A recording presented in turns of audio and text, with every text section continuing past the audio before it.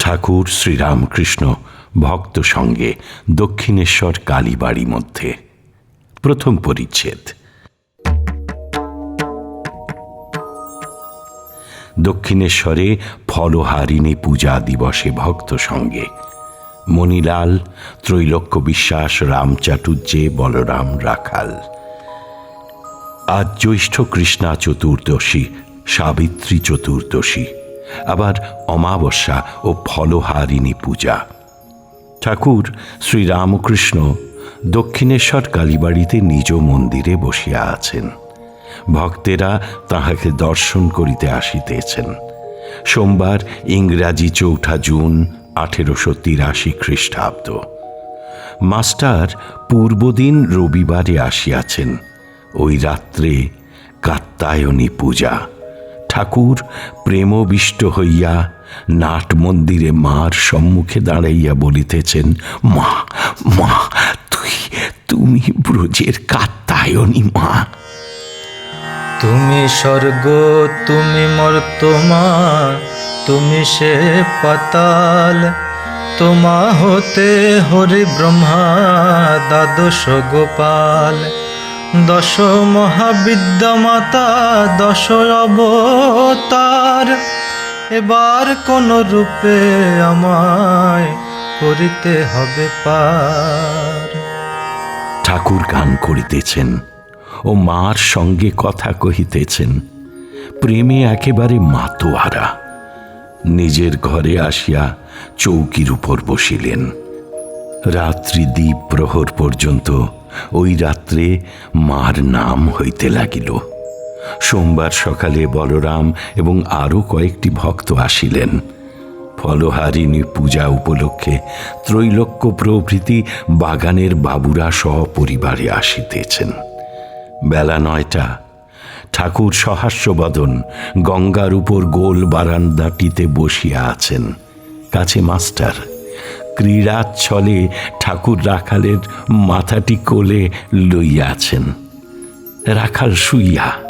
ঠাকুর কয়েকদিন রাখালকে সাক্ষাৎ গোপাল দেখিতেছেন। ত্রৈলোক্য সম্মুখ দিয়া মা কালীকে দর্শন করিতে যাইতেছেন। সঙ্গে অনুচর ছাতি ধরিয়া যাইতেছে। ঠাকুর রাখালকে বলিলেন, ওরে ওঠ ওঠ ওঠ রে। ঠাকুর বসিয়া আছেন। ত্রৈলোক্য নমস্কার করিলেন। শ্রীরামকৃষ্ণ ত্রৈলোক্যের প্রতি, হ্যাঁ গা, কাল যাত্রা হয় নাই। ত্রৈলোক্য বললেন, হ্যাঁ, যাত্রার তেমন সুবিধা হয় নাই। শ্রীরামকৃষ্ণ বলছেন, তা এইবার যা হয়েছে দেখো যেন অন্যবার এরূপ না হয়। যেমন নিয়ম আছে সেরকমই বরাবর হওয়া ভালো।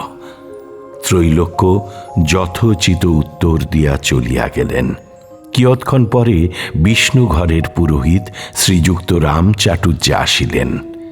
ঠাকুর বলিলেন, রাম, ত্রৈলোক্যকে বললুম যাত্রা হয় নাই, দেখো যেন এরূপ আর না হয়। তা এই কথাটা কি বলা কি ভালো হয়েছে গা? রাম চাটুর্যে বলছেন, মশাই, তার আর কি হয়েছে, বেশি বলেছেন। যেমন নিয়ম আছে সেরকমই তো বরাবর হওয়া উচিত। ওগো, আজ তুমি এখানে খেও। আহারের কিঞ্চিত পূর্বে ঠাকুর নিজের অবস্থার বিষয়ে ভক্তদের অনেক বলিতে লাগিলেন। রাখাল, বলরাম, মাস্টার, রামলাল এবং আরও 2-1টি ভক্ত বসিয়াছিলেন। হাজরার উপর রাগ। ঠাকুর শ্রীরামকৃষ্ণ ও মানুষে ঈশ্বর দর্শন। শ্রীরামকৃষ্ণ বলছেন, হাজরা আবার শিক্ষা দেয়, তুমি কেন ছোকরাদের জন্য অত ভাবো? গাড়ি করে বলরামের বাড়ি যাচ্ছি, এমন সময় পথে মা ভাবনা হলো। বললুম, মা, ও মা, মাকো, হাজরা বলে নরেন্দ্র আর সব ছোকরাদের জন্য আমি অত ভাবি কেন? সে বলে ঈশ্বর চিন্তা ছেড়ে এসব ছোকরাদের জন্য চিন্তা করছো কেন? এই কথা বলতে বলতে একেবারে দেখালে যে তিনি মানুষ হয়েছেন, শুদ্ধ আধারে স্পষ্ট প্রকাশন। সেই রূপ দর্শন করে যখন সমাধি একটু ভাঙল, হাজরার উপর রাগ করতে লাগলুম। বললুম, শালা আমার মন খারাপ করে দিয়েছিল। আবার ভাবলুম, সে বেচারেরই বা কি দোষ? সে কেমন করে জানবে গো, সে কেমন করে জানবে? নরেন্দ্রের সহিত শ্রীরামকৃষ্ণের প্রথম দেখা। আমি এদের জানি, সাক্ষাৎ নারায়ণ। নরেন্দ্রের সঙ্গে প্রথম দেখা হলো, দেখলুম দেহ বুদ্ধি নাই। একটু বুকে হাত দিতেই বাহ্য শূন্য হয়ে গেল। হুঁশ হলে বলে উঠল, ও গো, তুমি আমার এই কি করলে গো? আমার যে মা বাপ আছে। যদু মল্লিকের বাড়িতেও ঠিক এই রকমটি হয়েছিল। ক্রমে তাকে দেখবার জন্য ব্যাকুলতা বাড়তে লাগলো, প্রাণ আঁকু পাকু করতে লাগলো।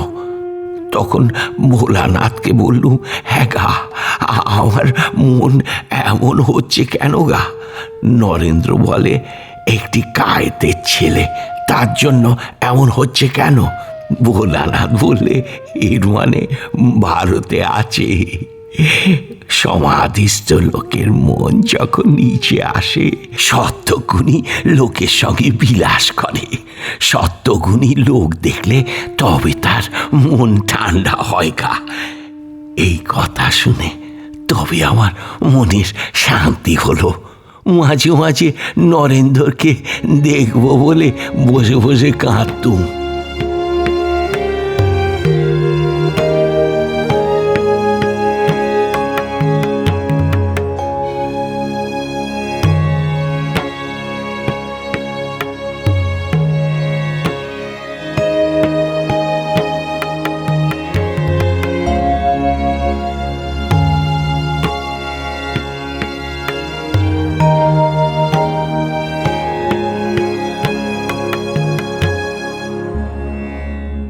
ঠাকুর ও মায়ের চরণে আপনাদের সবার মঙ্গল কামনা করি।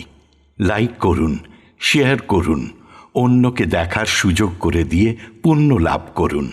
আর সাবস্ক্রাইব করুন, বেল আইকন পুশ করুন, যাতে আমাদের পরের নিবেদনের খবরটি আপনার কাছে পৌঁছয় সবার আগে। অমৃত কথন এই অনুষ্ঠানের আঙিনা থেকে আপনাদের সবার সুখ, শান্তি, সমৃদ্ধি কামনা করে বলি, হরি ওম রামকৃষ্ণ।